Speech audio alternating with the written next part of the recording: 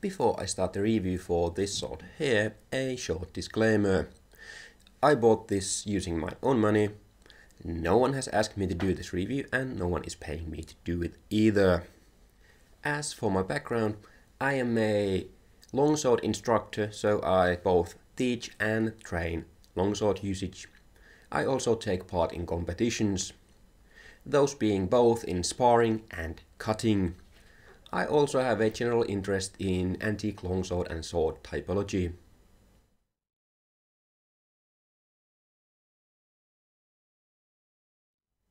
So, this is the Red Dragon Combat Bastard Sword. I bought it from the Knight Shop in 2019, so this is already a couple of years old. They advertised this as being suitable for living history and test cutting. I would say that this is only suitable for one of those. The webpage also says that this is supposed to replicate a 13th century bastard sword. It doesn't give any specifics to what type of a longsword it is supposed to replicate, but everything here, the pommel, the cross, the blade and the scabbard, all fit into the 13th century time frame. Out of the factory, this sword comes with a 1mm blunt, so that makes it very suitable for living history and such. The Knight Shop also offers a sharpening service for £12, and that is what I purchased. The webpage also notes that the measurements may vary from piece to piece. You can see the specific numbers on the screen right now.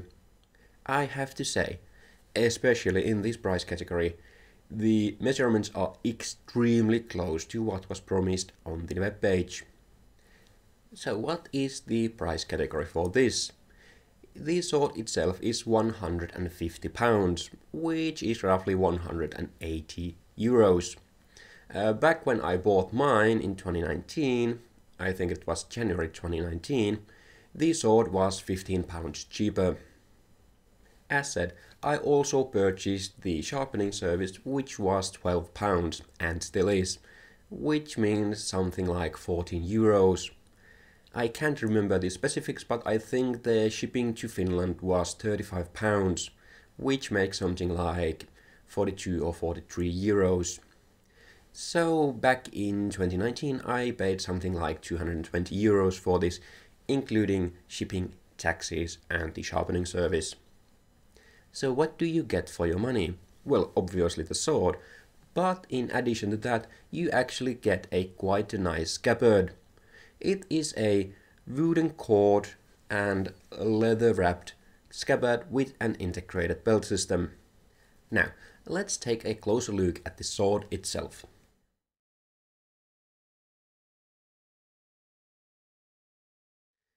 I would like to remind you that this sword is something like 3 years old and it has seen quite a lot of use. As such, all the pitting, rust, dents, scratches and so on are from use and not from the factory. Let's start the closer look at the peen. As it has a peen, it is a peen sword, which I think is the correct way to do a sword which is supposed to be used for test cutting. The peen itself is nicely done. It's not super high quality, as in it's not been faded into the pommel or anything like that, but it is clean and does its job just fine. The peen also doesn't have any sharp edges, so it's not going to get you hurt and it's not going to get caught on your clothing. All in all, nicely done peen.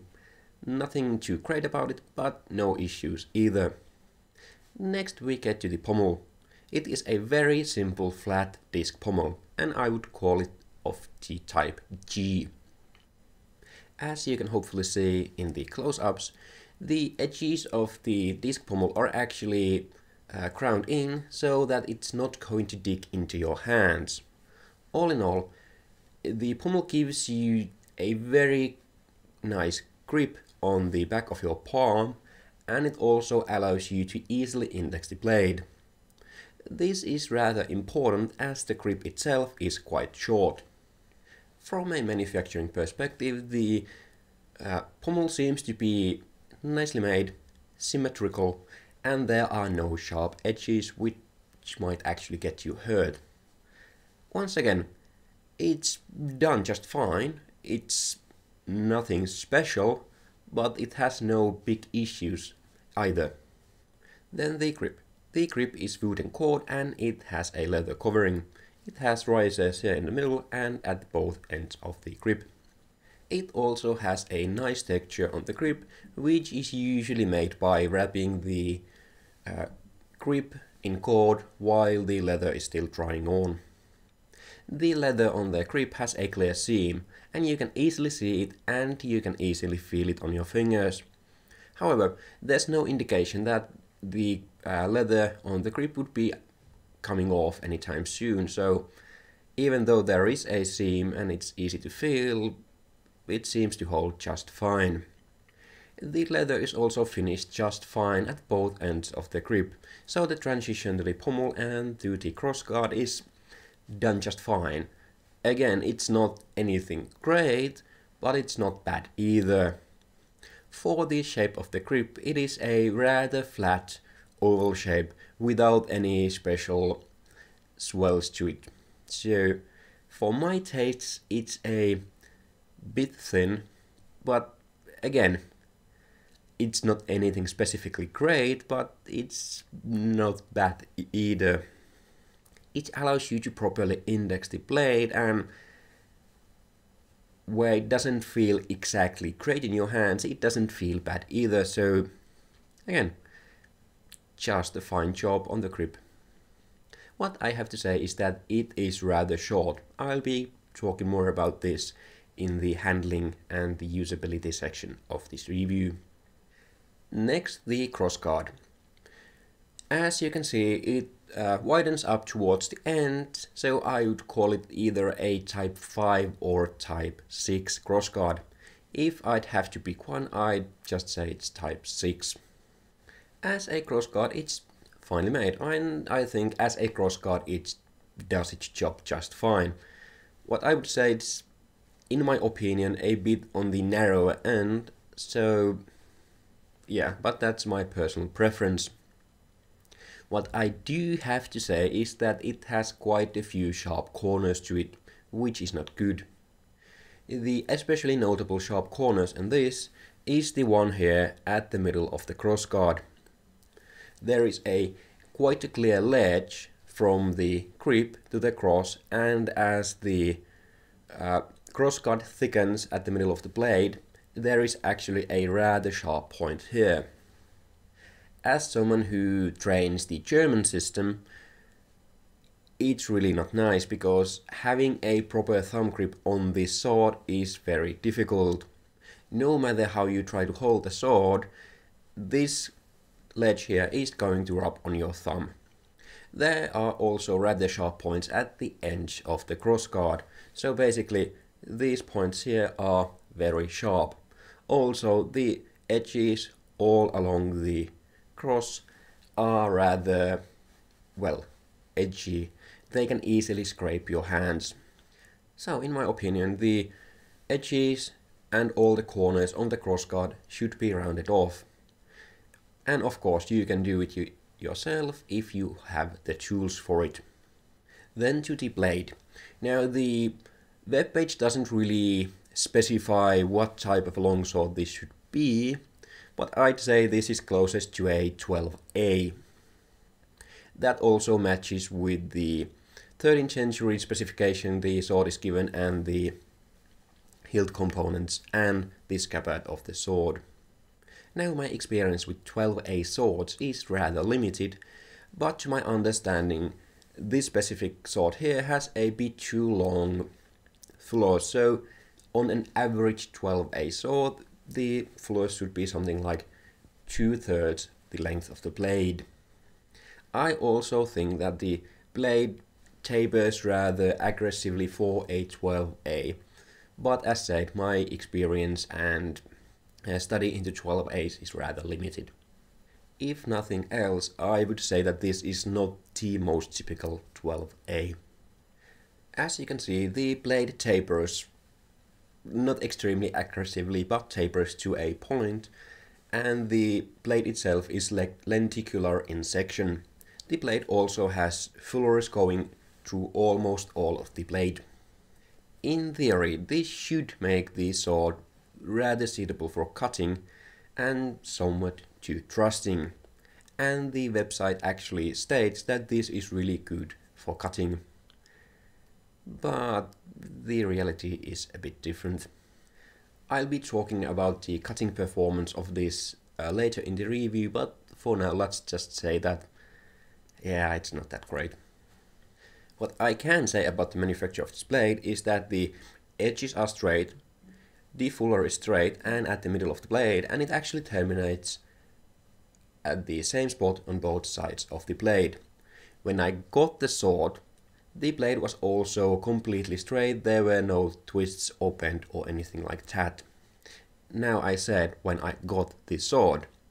The thing is that currently the sword has a twist, so the blade goes like this. And the twist is somewhere here, around the end of the fullers. Now I don't actually know when the sword got its twist, but I would say that it is one of the cutting sessions done with the sword, and it's probably the result of a failed cut. The twist is not actually that bad. Like, if you just handle the sword and don't pay too much attention to it, it looks just fine. But if you take a look along the blade, you can definitely see that there's a bit of a twist. I'm not trying to get it on the camera because I think it's just not gonna show properly, but you just have to trust my word. There is a bit of a twist in the blade. The transition from the blade to the crossguard is actually pretty well made.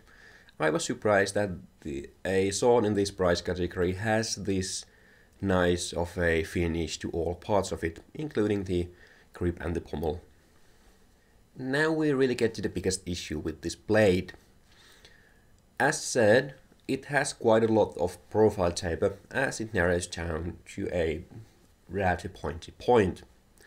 What it really doesn't have is distal taper. Especially to my understanding, swords of this style should have rather aggressive distal taper towards the tip, which would make them stiffer at the start of the blade and then more flexible at the end, but still resulting in a rather thin blade which cuts very, very well. That is not the case with this sword. This is rather easy to demonstrate with the simple bending of the blade. Pay attention to where the blade bends.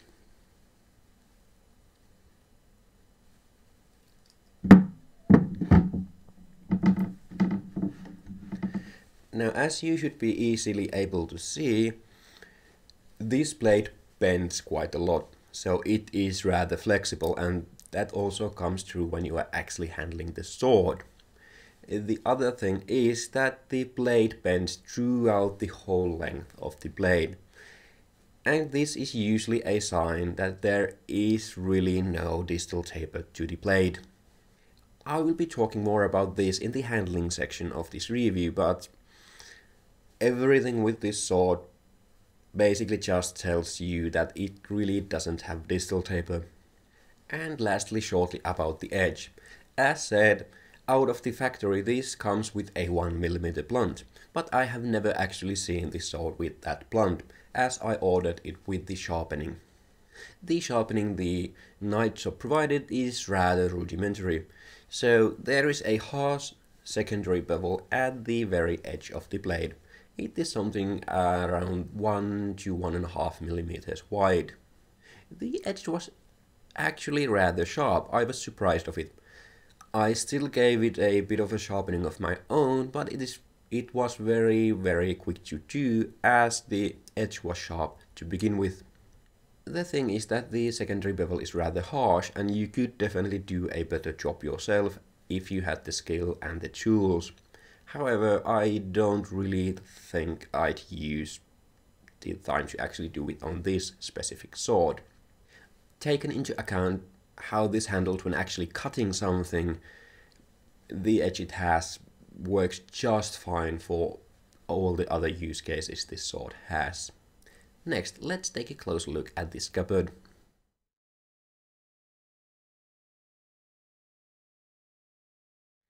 So this sword came with a scabbard with an integrated belt system.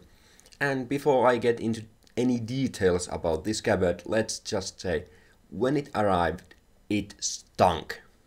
I have no idea what kind of leather they used for this scabbard, but it stunk really bad. In the condition it arrived, there was no way I was having it inside the apartment because the smell was too much. I just aired it outside for a couple of days and now it doesn't smell at all. It's just fine. I just have no idea why it smells so bad to begin with. With that out of the way, let's get to the scabbard itself. It is a leather-covered wooden scabbard with a metal shape and an integrated belt. And I have to say, this is a really nice scabbard for this price category. And I'd even say that the scabbard is pretty much worth the whole price of the package. This sword fits this scabbard just fine. The scabbard is not tight in the sense that if you turn it over, the sword is going to come out. On the other hand, the sword doesn't rattle too much in the scabbard. There's some movement, but not too much. Now, this doesn't make this a bad scabbard. Some people prefer these kinds of scabbards, me included, and some people prefer scabbards in which the sword actually fits so tightly that it doesn't come out without actually pulling on it. I'm not going to go into the nitty-gritty details about what is and isn't historical because I think it's outside of the scope of this review, but let's just say that the scabbard being able to hold the sword in doesn't make it a bad scabbard. Todd at Todd Workshop has really good YouTube videos on medieval scabbards, so go and watch those if you are interested in more details. As said, the scabbard has an integrated belt system, and to my knowledge it was used historically from 9th or 10th century all the way to late 13th or early 14th century. So again, that fits in with the 13th century specification this sword is given. The belt is also long enough that it should fit most people. I for one had to actually extend the slit in the belt to be able to fit around me as it was too long to begin with. All in all, especially for this price point, this is a really good scabbard. And as said, I think it might actually be worth the purchase itself.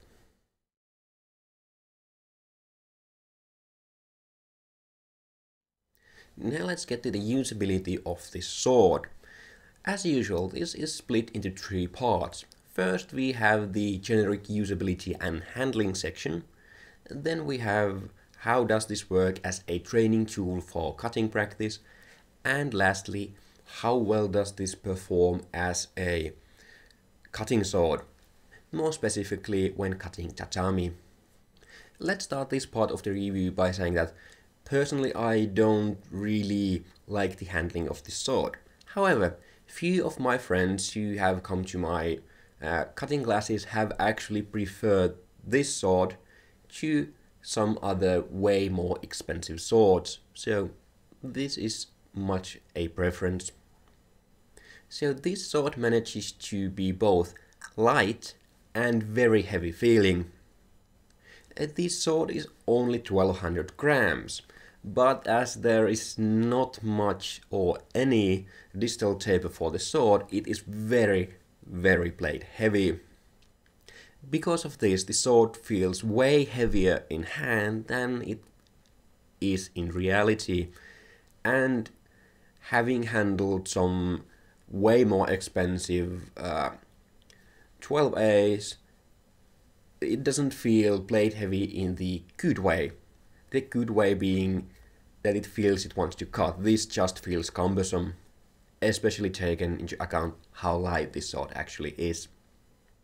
As already mentioned, the points and edges on the crossguard are rather sharp, which makes it very uncomfortable to handle this sword in a thumb grip, at least in the way I use it. Even if you don't have your thumb over the mid-ridge of the guard, the sides of the crossguard are still sharp enough that they really don't feel good under your thumb. So you basically have to use a glove on your dominant hand when handling this sword in a thumb grip. As also mentioned, the grip is rather short, so fitting both of your hands on the grip alone is going to be quite a squeeze. At least for me, as someone who has rather wide hands, it's just not really possible, and I have to have the end of my palm on the pommel. The good thing is that the pommel is nicely shaped for actually resting your palm on it. Now, you don't want to grip the pommel itself, as it doesn't really give you a good grip with the smooth rounded shape of it. But if you only lay part of your palm on it, it gives you good extension for the grip and it allows you to easily index the blade. As also said, the grip is a bit thin for my taste, but it still gives you good secure grip. The sword is not going anywhere and you are able to index the blade. As such, from the handling perspective, the grip and the pommel do their job just fine. Then we get to the how does this work as a training tool for cutting training part of this video. So basically, you doing cutting drills on air and listening for the sword wind. This is also the use case I bought this sword for. I basically wanted to get a very cheap loner sword for my cutting classes so I could give out the sword for people to practice with. And I have to say, this is where this sword really shines. It has a really nice, crisp and audible sword wind, and as said, it handles just fine. As also said, some people actually prefer this feeling of a blade-heavy but light sword. As such, this sword is just fine for a training sword when it comes to cutting practice. Then we get to cutting tatami, and this is really where the shortcomings of this sword come to surface. This sword is just not really good at being a sword. It's good as a training tool. When you cut tatami with this sword, it fights you all the way. It doesn't want to let you cut. You can force it to cut, and it cuts, but it doesn't feel nice. The blade vibrates too much. The percussion point is way too low on the blade. The vibration notes on the grip are just not good, and so on and so on. I have to say that from cutting perspective, this is the worst sword I have cut with. And here I have to make clear the difference between a good sword, which is not really a cutting sword, and not a good sword, which is this. So as an example for good swords which are not really meant for cutting, I would give my Albion Ringek and then the 18B type Munich sword from Regenier. Both of those swords are not cutting centric, they are not meant to cut, but they can cut. They are very much thrusting swords. On the other hand, with this sword, even if you cut very well, this is still going to fight you and really doesn't want to cut. You can force it to cut, but it doesn't mean that it's good for cutting. Here's a couple of cuts I made with this sword, and I have to say this is not my best cutting to begin with, but this is also not the first time I've cut with this sword, and the experience was just the same. Sadly, I just don't have the old footage of me cutting with this previously.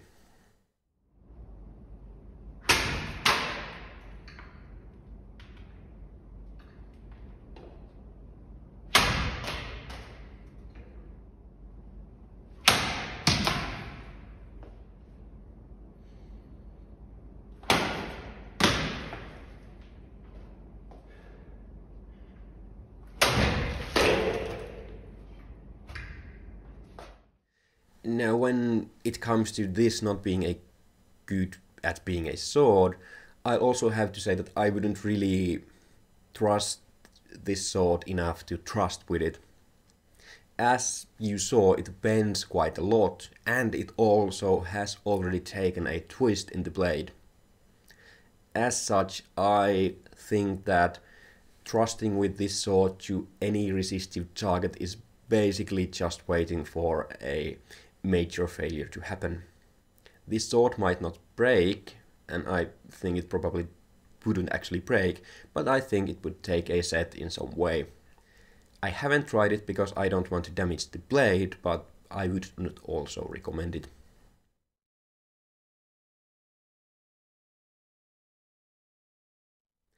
And then very shortly about the purchase experience and things like that. So as said, I bought this from Nightshop in UK, and there's not really much to say. It was in stock when I ordered it, and they sent it rather quickly. I'd say the packaging could have been better, but as the sword was in a scabbard and it was protected enough from all kinds of bumps and scratches, the sword came to me in just a fine condition. The only thing being that it stunk. I didn't really need to have any contact with the customer support or anything like that, so yeah, I'd say just what you would expect when you are ordering a cheaper sword in a stock at a big retailer.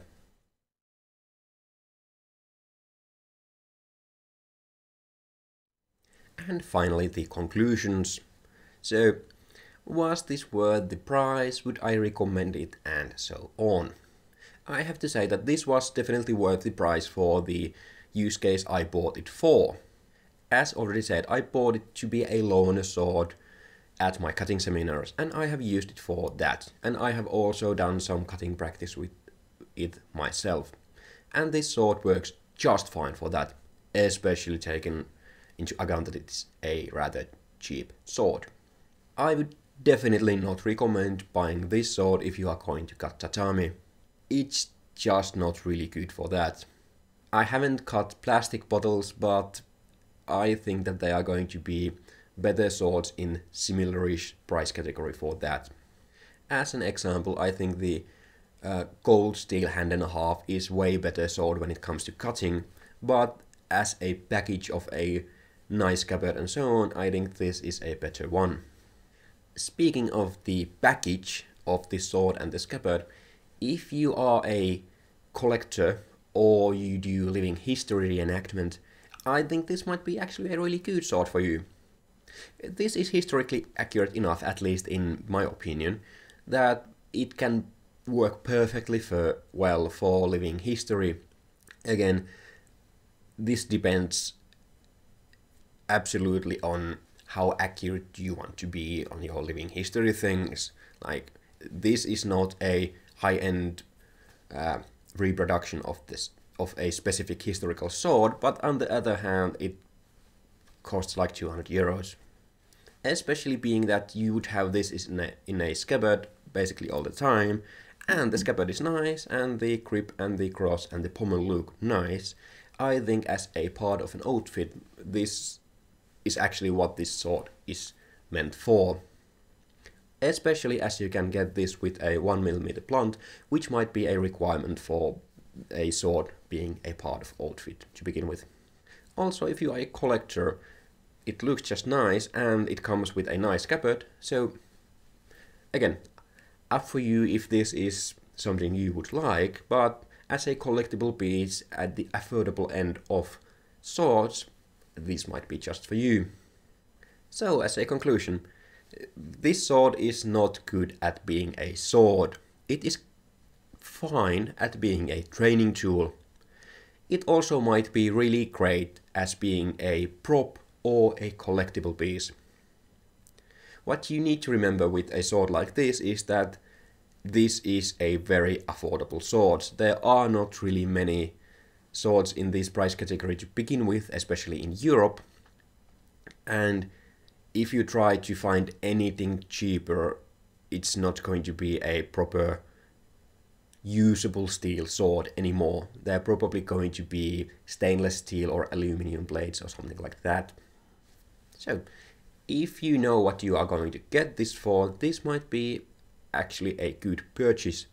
At least in my case, I have never regretted buying this sword, and I've been not probably completely happy with it, because I would have been happier if it was even an okay-ish cutting sword, but as it fulfills the need for which I bought it for, I really can't complain about this sword. And that was my review of the Red Dragon Combat Bastard Sword. If you like stuff like this, so sword reviews, related HEMA gear stuff, and cutting related content, please subscribe to my channel. See you next time.